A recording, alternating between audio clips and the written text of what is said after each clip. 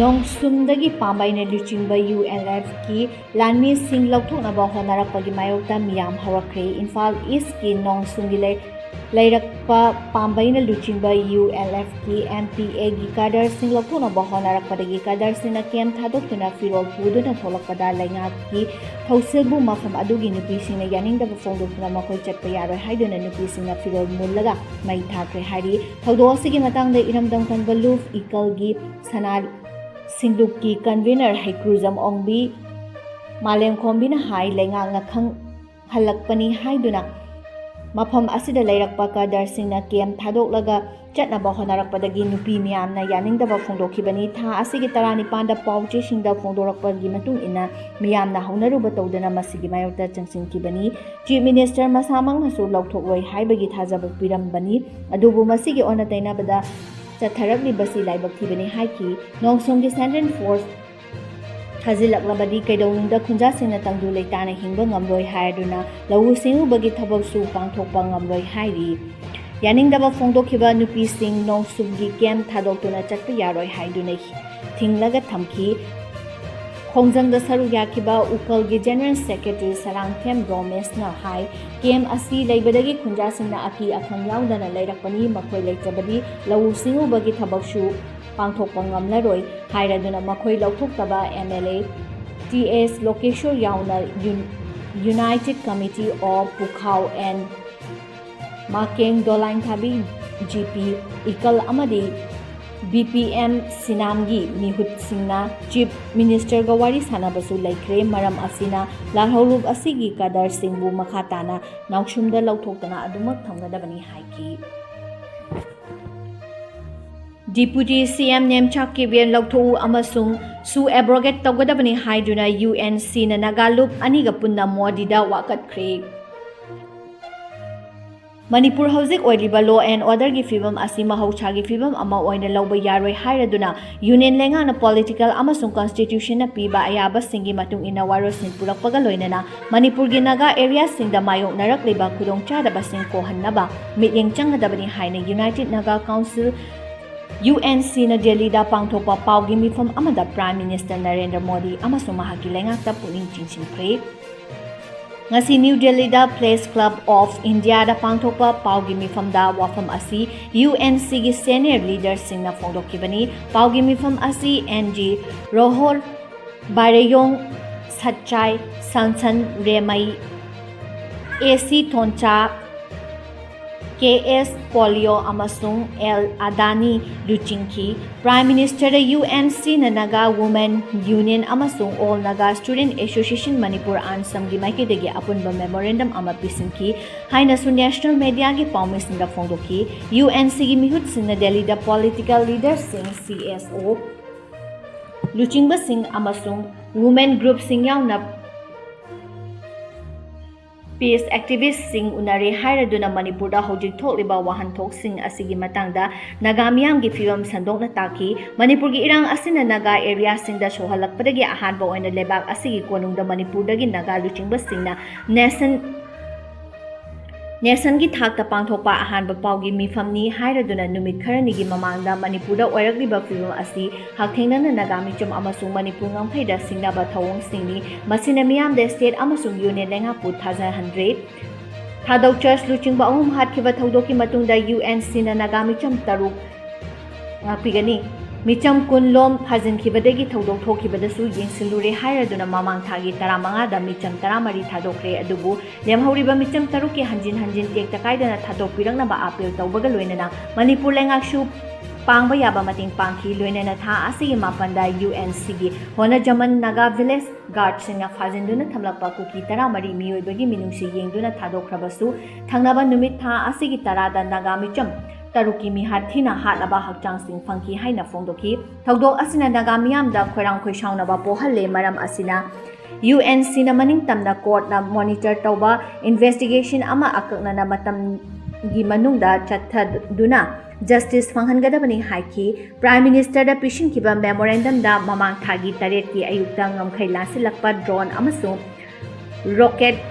Launch ꯄꯥꯏꯕ ꯈꯨꯠꯂꯥꯏ ꯄꯥꯏꯕꯁꯤꯡꯅ ꯎꯈ꯭ꯔꯨꯜ ꯑꯃꯁꯨꯡ ꯀꯥꯝꯖꯣꯡ ꯗꯤꯁꯇ꯭ꯔꯤꯛꯀꯤ ꯅꯥꯒꯥ ꯈꯨꯜꯁꯤꯡꯗ ꯑꯦꯇꯦꯛ ꯆꯠꯊꯔꯝꯈꯤ꯫ ꯊꯧꯗꯣꯛꯁꯤꯡ ꯑꯁꯤ union ꯂꯩꯉꯥꯛꯇ ꯀꯟꯁꯇꯤꯇ꯭ꯌꯨꯁꯟꯒꯤ article 285 na piba aggression amasung internet device ki mayokta thabak laukhatfam thokpani haiki Prime Minister na pishinkiba memorandum da Deputy Chief Minister nemchak kigen lauthokpa amasung August 3 2015 da khudiyek pinakiba Indo-Naga Framework Agreement thabakta onthokpana chingba wafam yauri loinana KNF pibu terrorist organization ni haina lauthokpaga loinana su agreement abrogation tawbiyo haina wafam su phongdoki hairi ngata makhal mari makhatana chatnanaba pirakhi hospital dage discharge tawraklabasu ishage khulda mahosagumna hanjinduna leiba fangdri makhalge churchta hangba relief camp asida adumak leirakti hairakhi camp asida di punna nupi angang yauna miyoi kya leibage amasung sangjafam lauribage punamak konsakhulgi miyoi ngaktara hangubada hoi konsakhulgi miyoi ngaktani aikoi chamaga marifu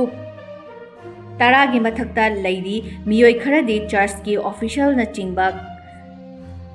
Kasingda leiba yawi adubo aikhodi church manunggi achobo hall asida pulap tumdi hairaki leifam chafam khudong chaba watpadagi mahaki machasingna atopa mafamda leiba khangna chanaba miyoi singi yumda thamli haina su phongdoraki mihathina hatok pikraba nagami chum taruki loinabi singi yauna relief camp asida changjafam lawriba konsa khulgi khunja singi fibam ubada thamoi shokningai oiramki ngasi fawbada makhoigi Chana thaknaba kadaidagi matau karamna charibage haina hangrubada miyam amasung miyamgi lupsingna mateng pangbirakpadagini chari thakni hatokpiraba naga amagi loina vidi Jennings-ta layengkiba numit fawba kawarmle mapuroiba fakibadana I miss you hai sina fanglagana sargada unarasi hairakle mamang thagi ama 16 da Kangpopi district ki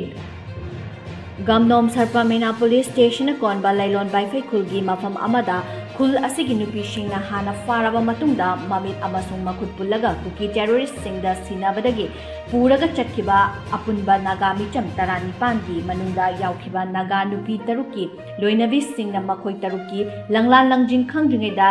ne tana wari saduna pau fauna bangamnabasu makhoi tarukpu mihathina hataga thamlamle haiduna combined force na khul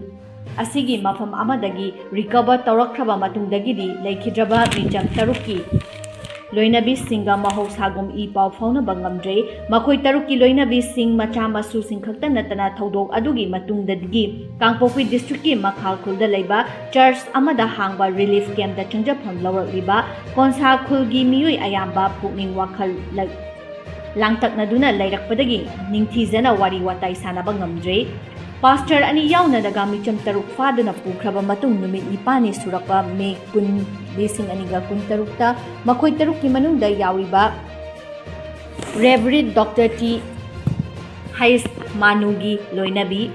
Kachialung Liyung Pauche asiga ningthijana wari sanaki mapuroiba yauna maru miyoi taruk mamit amasung makhut pullaga gari da hapkattuna pukiba adu mahaki mitmang maktadani haiduna paudam Ki pauche asina haibadagi mahak amasu mahaki piklibi machanupi aniga naminaba photo fawba pirakhi mapuroiba yauna makhoi tarukpu athuba matamda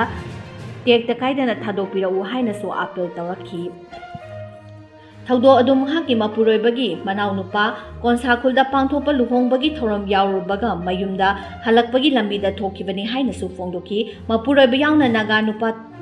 Taruk Pakiba Taudoki Matangda Kakta Natana Mahak Yauna Chahi Ani Kakta Ngairiba Ama Yauna Nupi Tarani Thoisu Kuki Nupi Singna Faraba Matunda Mamit Amasuma Khut Pullaga Kuki Terrorist Kupu Amada Sinakibadagi Me Tara Mangagi Ayuk Mayum Yawakibani Yorakiba Fawbagi Paudamsu Pauche Asida Fongdorakibani Mahak Yauna Nupi Tarani Thoi Thadok Labasu Mapureba Yauna Nagami Cham Taruki Langlan Langjing Khaltabadagi Mahaki social media platform da I love you and I miss you I want to see your smile na chingba face again My habi haiba wahai singa kwanana mapuroibana hinglingaida photo upload tawrakhi masi khakta natana mapuroibana hinglingaida mahak amasung machanupi anigi makhoi mari punna naminakhiba photo amasung upload tawraktuna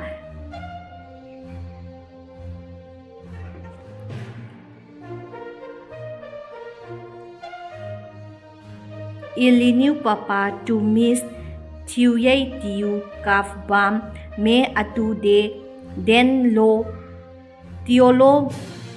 migdui nio migdui tu hiangbo mak jio kaki haye haiba wafamga konaba upload tawraki khwaidagi thamoi sokningai oibadi mapuroiba yauna nagami cham taruk ya hakchang me tara lisingani ga kun taruk ta makhoi bu faduna pukhiba lailon baifai khulgi mafam amadagi mi hathina hatlamlaga matungda fangle haina police ki maikedagi official oina phongdorakhrabasu matungdadi laikhidraba Reverend Dr. T.S. Machanupagi loinabi kachiyan Kangduigi mahaki social media platform da see you in heaven my havi I love you and I will be missing you haiba wahai singaloina na mapuroi bana hinglingi da mahaka namina kiba photo upload tawraki masigi matung tha asigi kunmathoi da pangthokiba Father's Day gamari leina na amuk hanna mahaki mapuroi bana hinglingi da photo ga konaba if you are with us, our daughter Elizabeth will be the first person to wish you happy Father's Day. But today we miss you because this Father Day is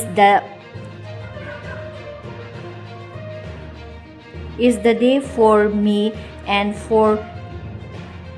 your two doctrines, and I have no wonders to say word direct, and I miss you so much and love you haiba wahai sing upload tawaki Sairak sida lailon bai fe kuki khulda fajin pusinduna matungda puduna chatkiba thodok thokiba numit tagi hauraduna makhal khulgi church ta hangba relief camp da changjafam lawrak libi konsa khulgi khunja singi manungda yauriba faruba nupi 12 gi manungdagi makhoi taru ahanba oina tha asigi 18 gi numidang wairam Jenim sa pukhalaktuna laikatnaki makhoi ayamba layeng sang asigi psychiatric ward ta admit tawduna layengki mathangda atopa nupi 10 amasung mathang pukhalaktuna punna nupi 13 laikatnaki layeng sang asila laikatnaba singi manungda laikhidraba Reverend Dr. Dilip Thiyomaigi loinabi amasung mahaki chahi ani khakta ngairiba machanupa yauna Reverend Dr. Manu Thiyomaigi loinabi Kachiyalu Ligi chahi 19 su yauki adubu ngarang Jenims da layeng lakhiba nupi singi manungdadi makhoi taret discharge tawkhibadagi ngasi numidang wairam pauche asina discharge tawrakliba singi manungdagi amaga wari sanakhibada mahak yauna miyoi kaya discharge tawraklabagi kari numitta tawrakpano amasung Jenims da kaya lehauribage hanglubada ngasidi Date kano haiduna pauchi asida onsinduna hanglakhibaga loinana aikhoi tare discharge tawrakhibadu ngarang oigadra ngasi oigadra ko asida ningsingba thoktre adubu Jenims tagi makhoi mapan lehauri hairakhi Jenims tagi discharge tawrakpada layengkhiba Dr. Singkari karamba hidak langthak sing makhatana chanaba advice tawrapage hanglubada